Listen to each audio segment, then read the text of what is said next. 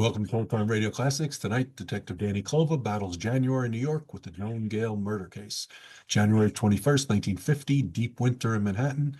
The name Gale suggests the bitter winds whipping through Times Square, cutting through the canyons of buildings. Joan evokes a kind of everyday elegance. January in New York was brutal in 1950. Snow piled in dirty drifts along the curbs. Men wore heavy overcoats and fedoras. Women wrapped themselves in furs.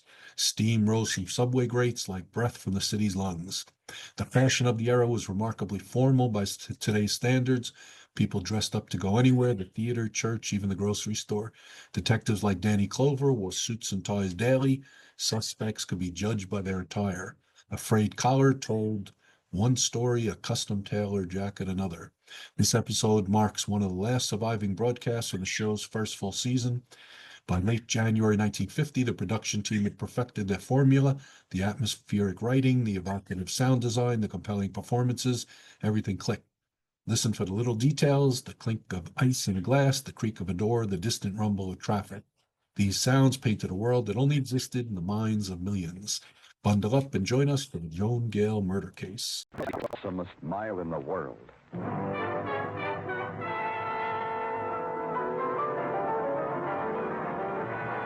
Broadway's My Beat, with Larry Thor as Detective Danny Clover.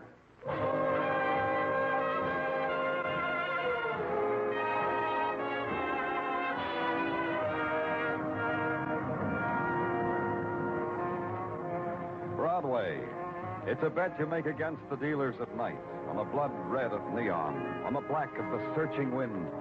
And the circle spins, a whirlpool of gleaming laughter and splintered whispers, of shrieking steel and the silence of stone. You pray for a win, but it's no good.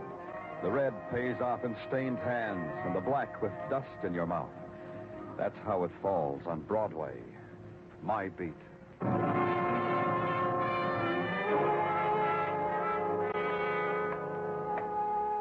At 4 o'clock in the morning, Broadway is still.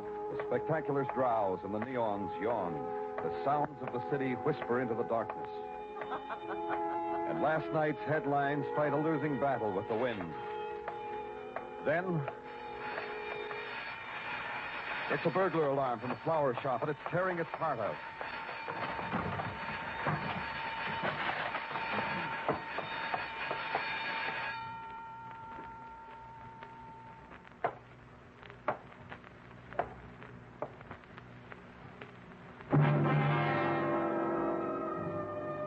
Cold, winking light of the florist's sign found her face, then lost it in the shadows, then found it again.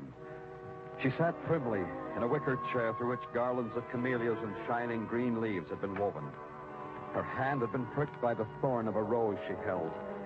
And when the light found her eyes again, they were mocking and sly. Hey, what's going on here, huh? Oh, hi, Danny. What makes? I heard a burglar alarm. Someone tripped it on their way out the back door. Oh, and left this dame here to heist rose petals?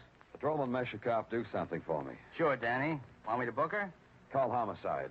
Tell them there's been a murder.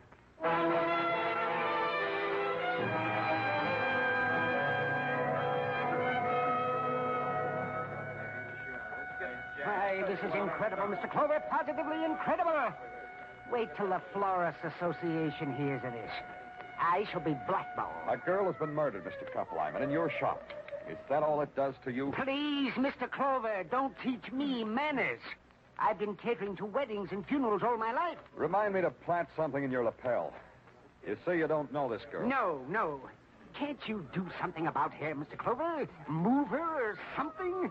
Oh, my beautiful blues. You take your filthy hands off those primroses. To me, Mr. Kuppelheim. Pay attention to me. The primroses will have to fend for themselves. This is an outrage. Making a shambles of my garden. All because you can't solve a stinking murder of some burglar of a girl. Don't press me, Kuppelheim. I could forget it says in the book I'm a gentleman. I know nothing about this, Mr. Clover. Why don't you inquisition my clerk?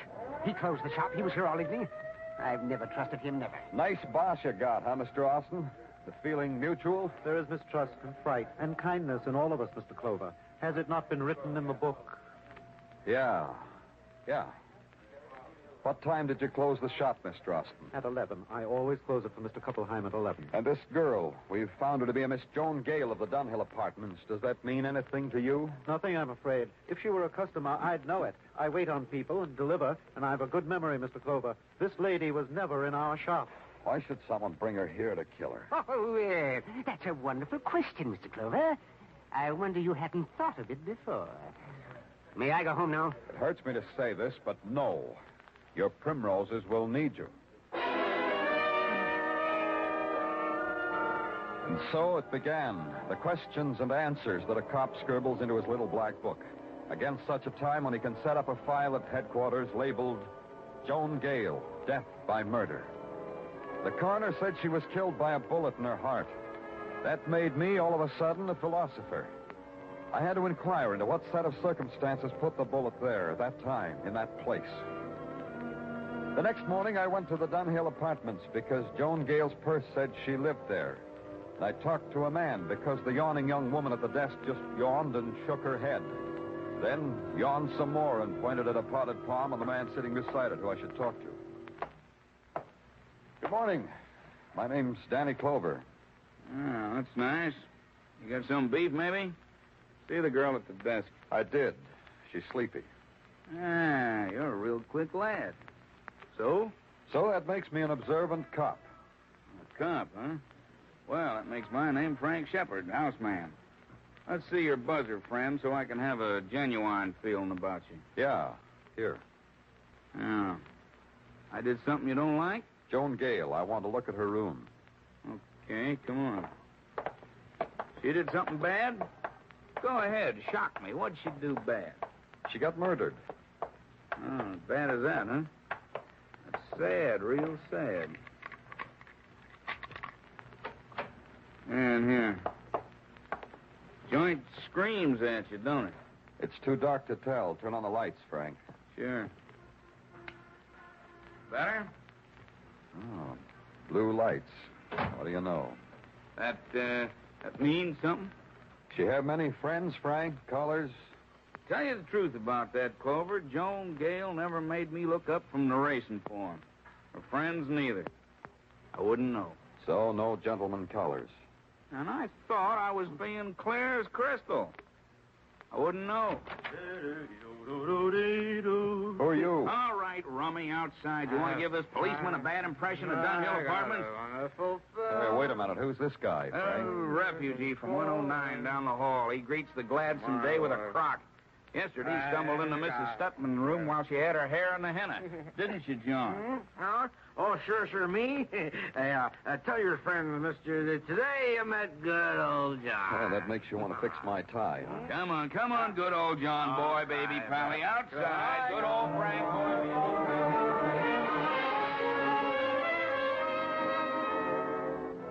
I watched old Frank Boy push his Pally on his face into Pally's home in 109.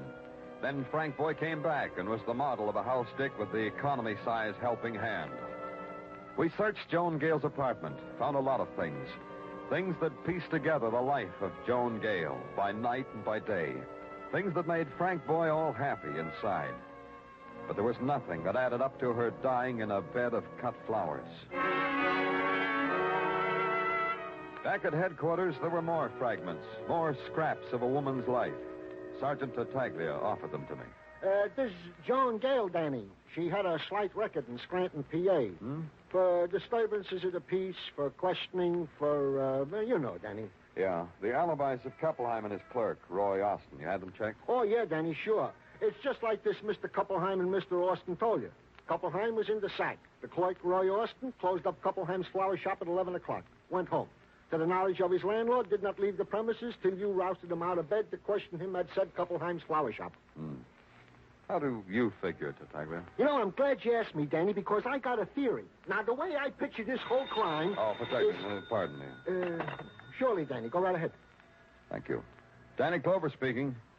They told me you were handling the Joan Gale murder, Mr. Clover. I believe I can help you with it. Who is this? Mrs. Amelia Ripley, 1219 Smedley Place, in Forest Hills, Mr. Clover. I can expect you immediately? Yes. Thank you, Mr. Clover. Now, as I was saying, Danny, my theory... Keep it on ice, Tartaglia. I'll come back for it.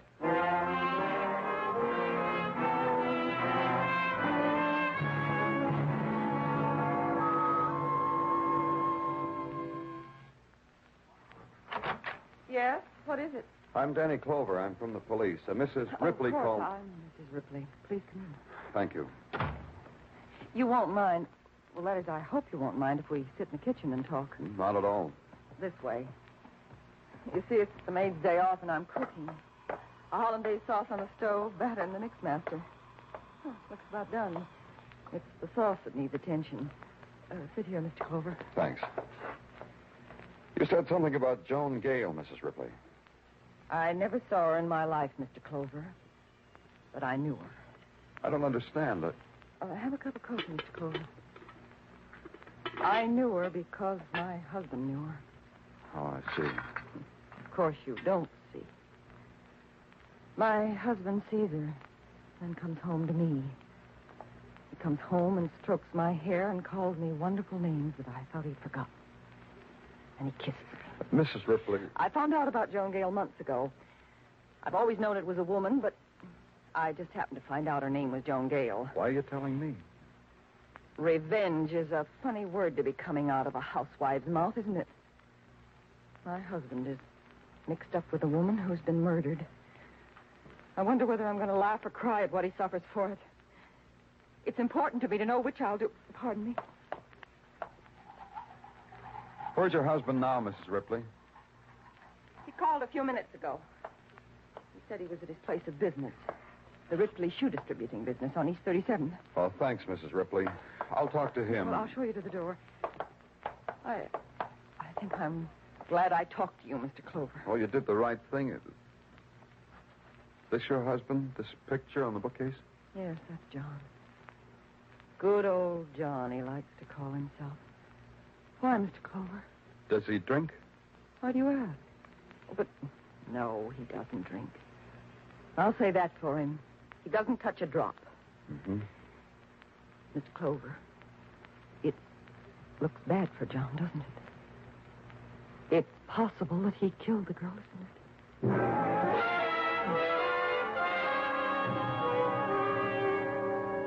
It not only was possible, from where I stood, it looked like a sure thing.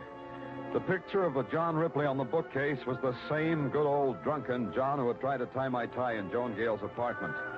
The same drunken John who never drank, his wife said. I had to ask him about a little thing like that, about a lot of little things.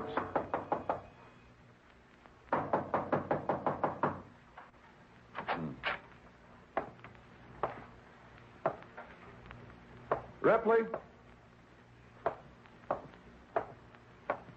Ripley?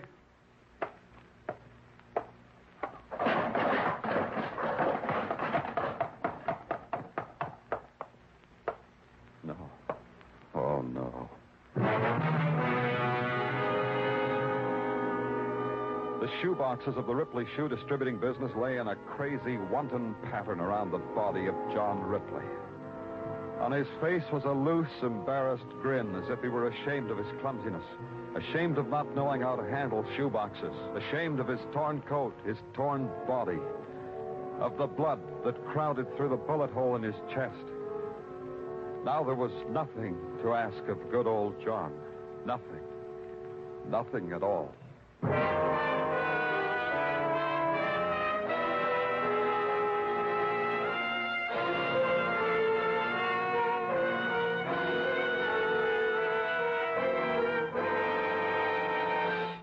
You are listening to Broadway's My Beat, starring Larry Thor as Detective Danny Clover.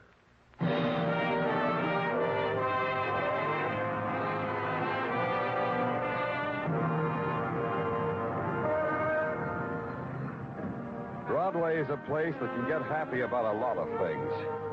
A wrestler from Argentina who walks on his hands and wrestles with his feet. The honeymoon of Tess Trueheart. And a couple of murders served piping hot for dinner reading. It's the diet Broadway likes. It's a fine way to get fat. My part of it was serving up a few crumbs to the gentlemen in the press room. An arrest is expected momentarily, I told them, and dared them to make 6 paragraphs out of that. They did, and it came out saying the police had no idea who the killer was. Or, as Sergeant Tartaglia phrased it. Danny, I don't have no idea who the killer is. Well, the last time I talked to you, Tartaglia, you said you had a theory about who killed Joan Gale, Mr. Ripley. Danny, I got a confession to make. Confession, huh? You killed him? No, Danny. I had a theory, and I put it down on paper and added and subtracted, and the answer comes out that they killed each other. Only they died 12 hours apart. That's interesting. How did you arrive at that? Well, you see, Danny... you got company, Danny. I've got to see you right away, Mr. Clover. Oh, come in. Roy Austin, isn't it? Have a chair, Mr. Austin. Thank you. Thank you very much. Danny... Don't go, Tartaglia. This is Mr. Austin. He's the clerk at Keppelheim's flower shop. Hi, Mr. Austin. How do you do? What can I do for you, Mr. Austin? I want you police to protect me. Yes, I demand it. Why, are you afraid of something? You would be, too. Here, read this. It was slipped under my door at my rooming house. Huh? Dear Roy Austin, make no plans, Mr. Austin, because you will die within a day. Who'd want to write you a note like this? You know? Of course I don't. That's your job, Mr. Clover. Doesn't that note tell you something? Not much, except that whoever wrote it tried to disguise his handwriting. That's pretty obvious. Well, that may be, but it doesn't make me any the less frightened. Mr. Austin, the department will give you all the protection you need. How? One of our men will follow you wherever you go and will... That's not enough. I refuse to leave this building until you apprehend whoever wrote that note. Mr. Austin... I refuse to leave this building. Okay. Well, lock him up, Detective. Sure, Danny, sure. Hey, Mr. Austin, you play canasta? Idiot's delight. Oh, a new game, huh? Well, maybe you can teach me. Where you going, Danny? To the Dunhill Apartments. There's a house detective there I got to see. Maybe he can teach me.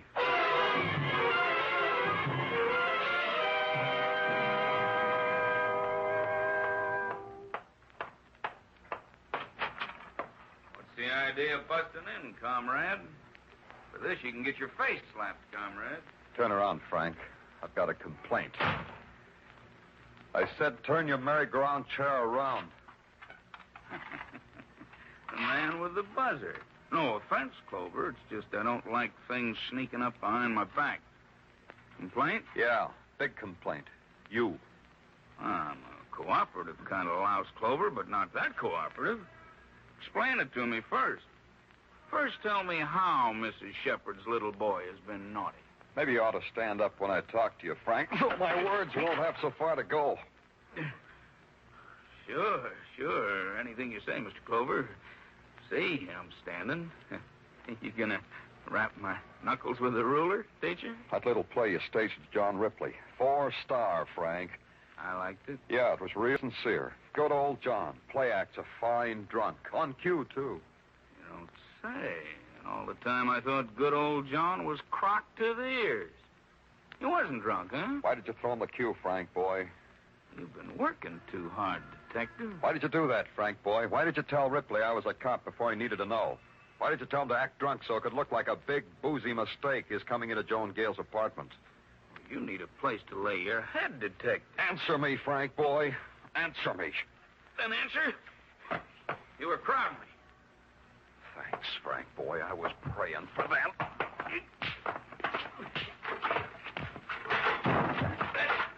That's enough.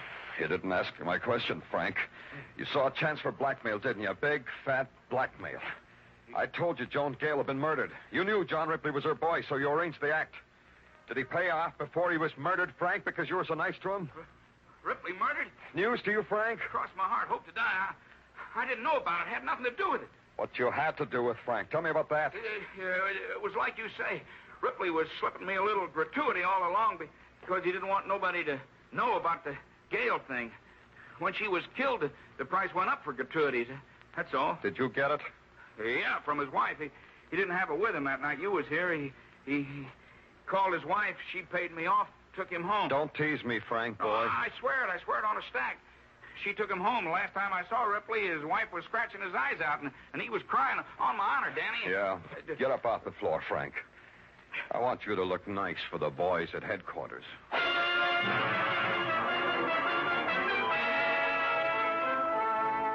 Frank didn't look nice for the boys at headquarters. A guy like that could spend 3 hours with a barber, then dress in custom-tailored clothes, and still he wouldn't look nice. Before I left headquarters, I looked in on the canasta game between Tartaglia and Roy Austin, then took a ride out to the housewife, Mrs. Ripley. I couldn't make up my mind whether to be sorry for her. I wasn't sure whether she had anything to be sorry about. I suppose you expected to see me in tears, Mr. Clover. I wasn't sure. Just how do you feel about your husband's death? Relieved, I think. Clean. If you've got any conscience about lying to policemen, you've got to feel some remorse, too. And you lied. You didn't tell me about paying blackmail and bringing your husband home. I didn't tell you, so I didn't lie. We can group it under the general heading. Maybe this will do something to you, Miss Ripley. You're in a lot of trouble. How? How am I in trouble? You're a murder suspect. Oh, you'd be surprised, Mrs. Ripley. We've had other coffee drinkers murder people. Even a file on murderers who made fine hollandaise sauces. Well, but why should I... Why do murderers kill? You had the motive. Joan Gale, because she got along so well with your husband. Your husband, because he got along so well with Joan Gale. Mr. Clover, listen to me. All right. Mr. Clover, I first suspected my husband when he made an unnecessary trip to Scranton. Scranton, huh? Yes. John's business interested me. I knew all about it, so I knew he didn't have to go to Scranton on business. Go on. When he came back, he suddenly started to send me flowers. Just like that, flowers. Several times a week. That way I knew exactly when he saw Joan, by the flowers. Flowers, huh? I suddenly make a stab in the dark. Flowers from Kuppelheim. Yes, that's right. Then, when my husband was in trouble at the hotel, I went there and did what you said I did. Simply because once I married John. You did that, then? I brought him home. He told me everything that happened between Joan Gale and himself. Everything. Uh-huh. Then he left. Then I called you. I called you because there was the matter of my self-respect. You're telling me you didn't shoot either one? I didn't. There's a grocery store on the corner, Mrs. Ripley. You can go that far so you can get your coffee. I'm going where there's flowers. There might be an unfilled order there. Maybe you'll get some.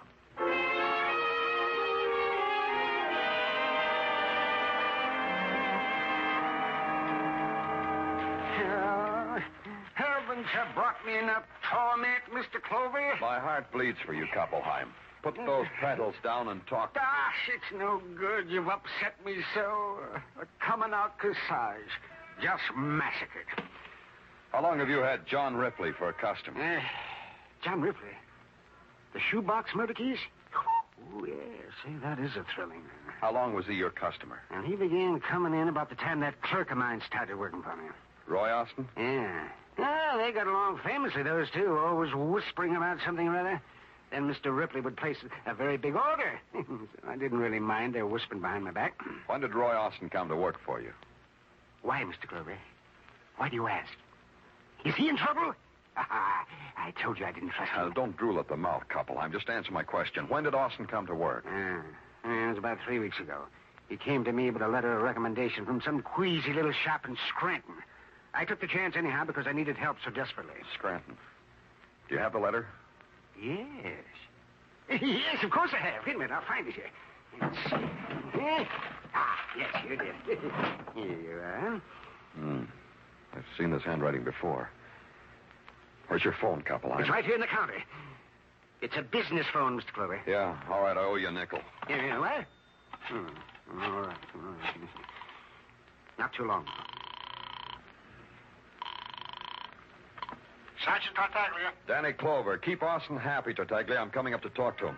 Oh, you can't do that, Danny. I'm not here. I finally persuaded him it was safe he should go home. What? Sure, Danny, sure. I talked him into he should go home. Took a lot of my most clever ruses, but I finally convinced him.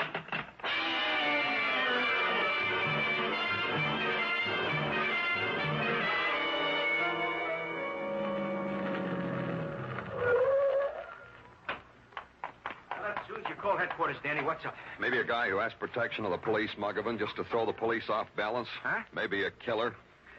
Let's go, this corner house. Hey, Danny, look. Guy just jumped off the fire escape. Hey, that's him, Muggavan. Come on.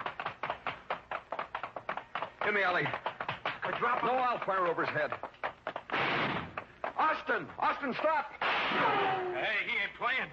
There he goes, Danny. Turning to Amsterdam Avenue. Yeah. We gotta catch him, Muggavan. We can't shoot in this crowd. Hey, look, Danny. Into the building. He's running in there. I see him. In here. Ivo me? I beg your pardon, lady. Did a man just come in here? A man in a gray sweater? In and through that door on the other side of the platform. Thanks. Stay here, Muggavan. Don't let him get out this way. Yeah, Danny, sure.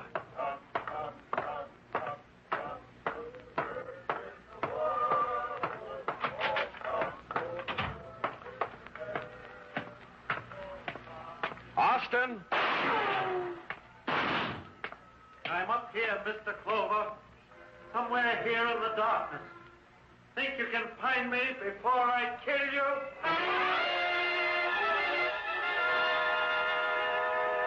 His voice plunged down at me, down through the shadows, down the long flight of stairs. Roy was in darkness. That was the advantage he had. Every other step I took was lit up by the screaming light of a big electric sign flashing, "Revival tonight." It shouted through the window, "Revival tonight." Still alive, Mr. Clover? I'm still alive. All in one piece, Mr. Clover. For how long, Roy?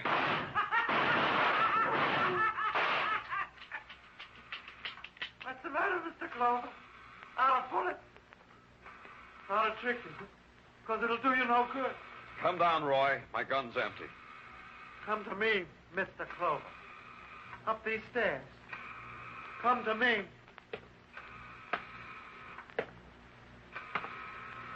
Pray, Mr. Clover. Pray for salvation, because I'm going to hasten your death with this gun, because you're a sinner. Joan Gale was a sinner, too, wasn't she, Roy? Yes, she was. She was my wife, Stratton. Did you know that? No. Yes, she was. She was good. Until Satan came for her. That would be John Ripley. Satan? He took her away from me. And then he came back. And he told me where she was. Because he knew I would kill her. Because I am just. And the wages of sin are death. Then you killed Ripley. Satan. And now you, Mr. Clover. But you must accept death with innocence, like the lamb. Throw your gun on the floor, Mr. Clover. Yeah, I'll do that, Roy. Here. Roy!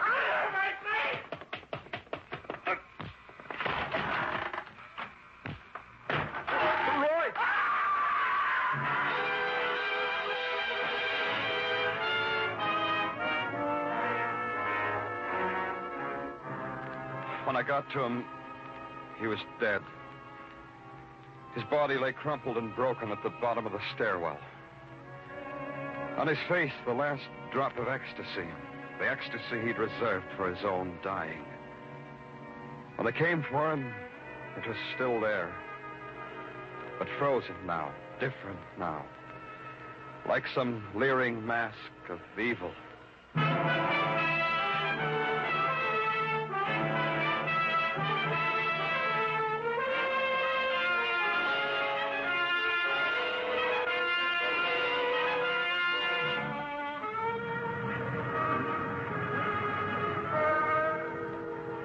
The night slips over Broadway like a black silk stocking splashed with sequins.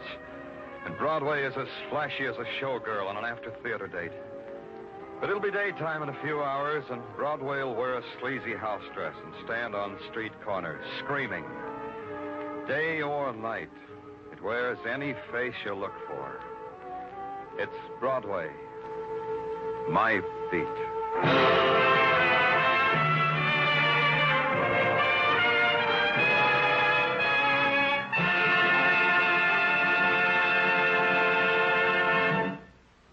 Broadway's My Beat stars Larry Thor as Detective Danny Clover and is written by Morton Fine and David Friedkin. The musical score was composed by Alexander Courage and conducted by Wilbur Hatch, and the program was produced and directed by Elliott Lewis. The cast tonight included Charles Calvert, Irene Tedrow, Jerry Hausner, Howard McNear, Edgar Barrier, Herb Vigran, and Jack Crucian.